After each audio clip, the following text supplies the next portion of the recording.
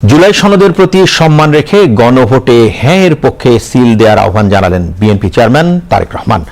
গতকাল রংপুরের কালেক্টরেট কেন্দ্রীয় ঈদগাহ মাঠে নির্বাচনী জনসমাবেশে তিনি বলেন ২৪-এর পরিবর্তনকে ধরে রাখতে হবে।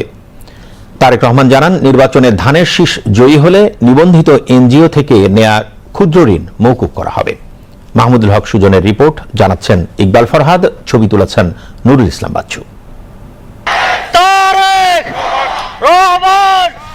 মানুষে মানুষে ভরপুর বিশাল ময়দানের মঞ্চে উজ্জ্বল উপস্থিতি তারেক রহমানের। বক্তব্যের শুরুতেই রংপুরকে শহীদ আবু সাইদের রক্তস্নাত ভূমি উল্লেখ করে ২৪-এর পরিবর্তনকে ধরে রাখার আহ্বান জানান বিএনপি চেয়ারম্যান। ২০২৪ সালে ৫ই আগস্ট যে পরিবর্তন হয়েছিল, সেই পরিবর্তনের কোনো রাজনৈতিক দলের দ্বারা হয় নাই, কোনো নির্দিষ্ট কোনো রাজনৈতিক দলের দ্বারা হয় নাই। সেই পরিবর্তনে এই দেশের সকল ধরনের মানুষ, শ্রেণী পেশা নির্বিশেষে সকল মানুষ অংশগ্রহণ করেছিল বলেই সেদিন সেই পরিবর্তন সূচিত হয়েছিল। এবং এই পরিবর্তনকে যদি ধরে রাখতে হয়, তাহলে আপনারা সহ বাংলাদেশের জনগণকে সামনের কাতারে এসে দাঁড়াতে হবে।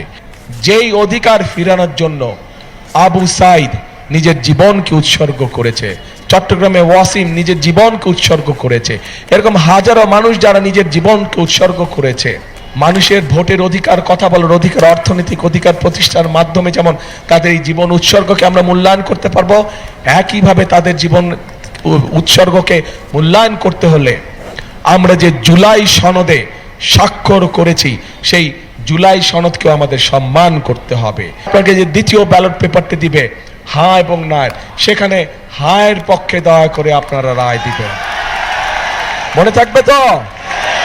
তারেক রহমান বলেন, গণঅভ্যুত্থানে শহীদদের স্বপ্ন বাস্তবায়ন করতে হলে দুর্নীতির টুটি চেপে ধরতে হবে। আবু সাইদের স্বপ্নের যে কথাগুলো আমি বললাম, এগুলো যদি বাস্তবায়ন করতে হয়, তাহলে আমাদেরকে আরেকটি বিষয়ের টুটি চেপে ধরতে হবে। বলেন তো কি সেটা? ইয়েস, দুর্নীতি টুটি চেপে ধরতে হবে। আজ সময় এসেছে শহীদ আবু সাইদের স্বপ্ন বাস্তবায়নের।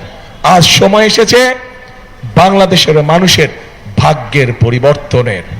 সৎ সুযোগ সব সময় আসে না।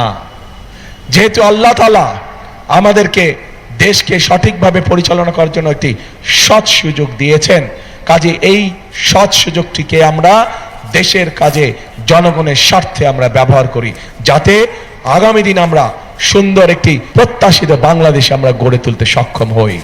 এবং সে কারণেই প্রিয় ভাই বোনেরা, এই দেশকে গড়ে তুলতে হলে আমাদের সকলকে একসাথে পরিশ্রম করতে হবে। রংপুর অঞ্চলকে দারিদ্র্যপীড়িত নয়, বরং সম্ভাবনাময় জনপদ উল্লেখ করে তারেক রহমান বলেন, দরকার সঠিক নেতৃত্ব। এখানে কৃষিভিত্তিক শিল্প গড়ার পরিকল্পনার কথা জানান তিনি।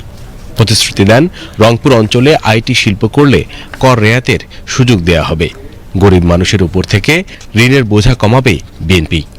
এই মুহূর্তে যাদের কৃষি ঋণ 10,000 টাকা পর্যন্ত আছে, আমরা সেই কৃষি ঋণ সুদ সহ ইনশাল্লাহ মওকুফ করব। আমরা এই যে ক্ষুদ্র ঋণ যারা রেজিস্টার্ড এনজিও থেকে গ্রহণ করেছেন, আমরা সরকারের পক্ষ থেকে এই ঋণ সেই এনজিওগুলোকে পরিশোধ করে দেব, আপনাদের পরিশোধ করা লাগবে না। সমাবেশে বিএনপি মনোনীত প্রার্থীদের পরিচয় করিয়ে দেন তিনি। একই সঙ্গে আগামী 12ই ফেব্রুয়ারি সকাল সকাল কেন্দ্রে যেতে ভোটারদের প্রতি আহ্বান জানান তারেক রহমান। আমরা আবু সাইদের সেই কাঙ্ক্ষিত প্রত্যাশিত বাংলাদেশ গড়ার কাজে ইনশাল্লাহ আগামী মাসের 13 তারিখ থেকে আমরা কাজে হাত দিব। এই হোক আজকের নির্বাচনী জনসভার প্রতিশ্রুতি। ইকবাল ফরহাদ, বাংলাদেশ টেলিভিশন।